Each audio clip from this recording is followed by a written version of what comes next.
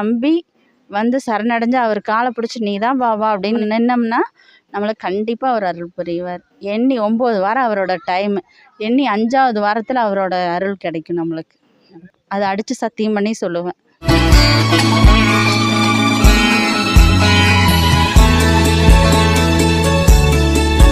சாயிராம் சாயிராம் சத்குருவே சாயிராம். கோயிலில் நடக்கிற எல்லா விசேஷங்கள்லையும் கலந்துக்கிட்டு சாய்பாபாவின் ஆசியையும் அருளையும் பெற்றுக்கொள்ளுமாறு உங்களை அன்புடன் கேட்டுக்கொள்கிறோம். கூகுள் மேப்பில் வந்து ரூட் மேப் போட்டிங்கன்னா வாராகி அம்மன் டெம்பிள்னு வரும். இந்த ஆலயத்துடைய சிறப்பு அம்சம் என்னது? நிறைய பிரச்சனைகளோடு இருக்கிறாங்க மக்கள். அந்த பிரச்சனைகளுக்கு பாபா வந்து முன்னுதாரணமாக இருந்து பாபா வந்து அவங்களுக்கு நிவர்த்தி பண்ணி கொடுக்குறாரு. இப்போ பாபா நிவர்த்தி பண்ணி கொடுக்குறாருன்னு சொல்றீங்களே, இது நம்ம தான் உழைக்கிறோம், நம்ம தான் சாப்பிட்றோம். இதில் எப்படி பாபா தான் இத்தனை கடவுள் இருக்கும்போது பாபா தான் எனக்கு எல்லாத்தையும் நிவர்த்தி பண்ணி கொடுக்குறாரு அப்படின்னு சொல்றீங்க? எதை வச்சு நீங்கள் சொல்கிறீங்க? இப்போ காற்று இருக்குது, காற்று இருக்குதா இல்லையான்னு வீசினா தான் நம்மளுக்கு தெரியும், அதை உணரத்தான் முடியும். அது மாதிரி தான் கடவுளோட இறை சக்தியும். இப்போ பாபா தான் மகிமையானவர் சொல்றீங்கல்ல, இத்தனை ஆலயங்கள் வைத்து நீங்கள் வழிபடுவதற்கான காரணம் வந்து பாபா வந்து எனக்கு ரொம்ப பிடிக்கும், என்னோட கணவருக்கு ரொம்ப பிடிக்கும். பாபா வந்து எங்களோட குருநாதர். அவர் நாங்கள் குருவாக ஏற்றுக்கிட்டு அவரை வணங்கிட்டு இருக்கிறோம். எல்லாத்துக்கும் பாபாவை பிடிக்கும்னு சொல்ல முடியாது இல்லையா? அதனால வந்து மக்களுக்காண்டி அதை வச்சிருக்கிறோம். பக்தி மார்க்கத்தில் வழிபடணும், அவங்கள எல்லாத்துக்கும் பயன்பெறணும். ரொம்ப கஷ்டத்தில் மக்கள் எல்லாம் நிறைய கஷ்டத்தில் இருக்கிறாங்க. அவங்க வந்து ஒவ்வொருத்தரும் ஒவ்வொரு கஷ்டத்தை சொல்லும்போது அப்போ எல்லா தெய்வங்களும் அம்மன்னு ஒருத்தவங்க இருந்தால் இது சக்தி இல்லாமல் சிவன் இல்லை, சிவன் இல்லாமல் சக்தி இல்லைங்கிற மாதிரி அம்மன் இருந்தால் சிறப்பாக இருக்கும் அப்படிங்கிறது எங்களோட ஐதீகம். சரிம்மா. இந்த ஆலயத்தினுடைய ஏதாவது தல வரலாறு அப்படின்னு ஏதாவது இருக்குதா? ஸ்தல வரலாறு இருக்குது. இந்த இடத்துல வந்து நெறிப்பரிச்சல்னு பேர், இந்த ஊருக்கு பேர். வீரமாத்தி அம்மன்னு சொல்லி ஒரு அம்மா இருக்கிறாங்க. அந்த காலத்தில் பார்த்திங்கன்னா ஒரு எனக்கு தெரிஞ்ச ஒரு 50 வருஷ காலத்துக்கு முன்னாடி நான் எனக்கு புரிஞ்சுக்கிட்டது, நான் கேட்டு தெரிஞ்சுக்கிட்டது. எனக்கு அந்த வரலாறு தெரியாது. இருந்தாலும் இந்த இடத்துல சும்மா நம்மளுக்கு வந்து ஆலயம் எழும்ப கிடையாது.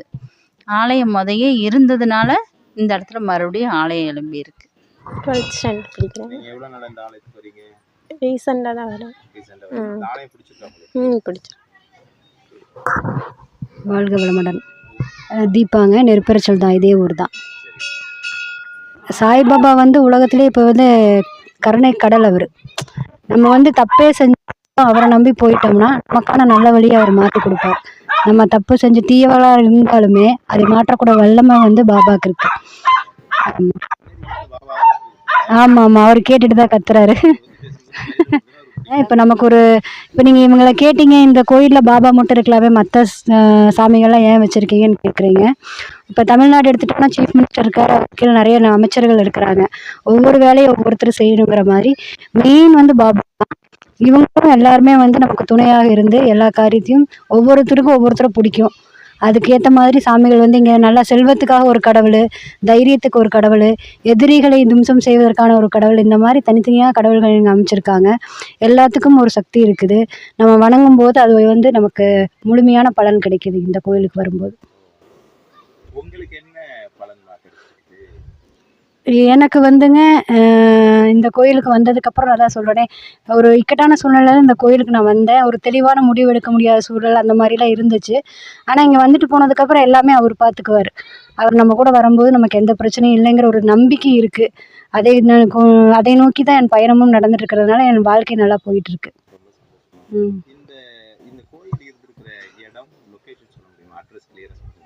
அதாவதுங்க ஒன்றும் பெரிய விஷயமே கிடையாது. எந்த ஊர்லேருந்து வந்தாலும் திருப்பூர் புது பஸ் ஸ்டாண்ட் இறங்கிக்கலாம். அங்கேருந்து நீங்கள் 10 நிமிஷம் ட்ராவலில் தான் இருக்குது இந்த கோயில். ஆட்டோவில் வரனாலும் வந்துக்கலாம், பஸ்ஸில் வந்தீங்கனாலும் 10 நிமிஷம் தான் ஆகும். நெருப்பரிச்சல் எங்கே இருக்குன்னு கேட்டு நீங்கள் வந்துடலாம். ஆர்ஜி புரூர் நெருப்பரிச்சல் எஸ்விஎஸ் தோட்டம்ங்க. அங்கேருந்து வாக்கபிள் டிஸ்டன்ஸ் தாங்க, ஒரு 1 கிலோமீட்டருக்குள்ளே தான் இருக்கும். பாபா கோயில்னு சொன்னாலே கொண்டு வந்து விட்டுருவாங்க. இந்த ஏரியாவில் பாபா கோயில் இது ஒன்று மட்டும்தான் இருக்குது. ஹரி ஓம் சாயிராம். நாமெல்லாம் செய்ய வேண்டியது ஒன்று தான். நமக்கு என்ன வேணுமோ மனசார நினச்சிக்கிட்டு மனசார என்ன வேண்டுதலோ அதை வேண்டி விளக்கேற்றி கும்பிட்டுட்டு போனீங்கன்னா 8 நாளைக்குள்ளே நீங்கள் நினச்சது நடக்கும்.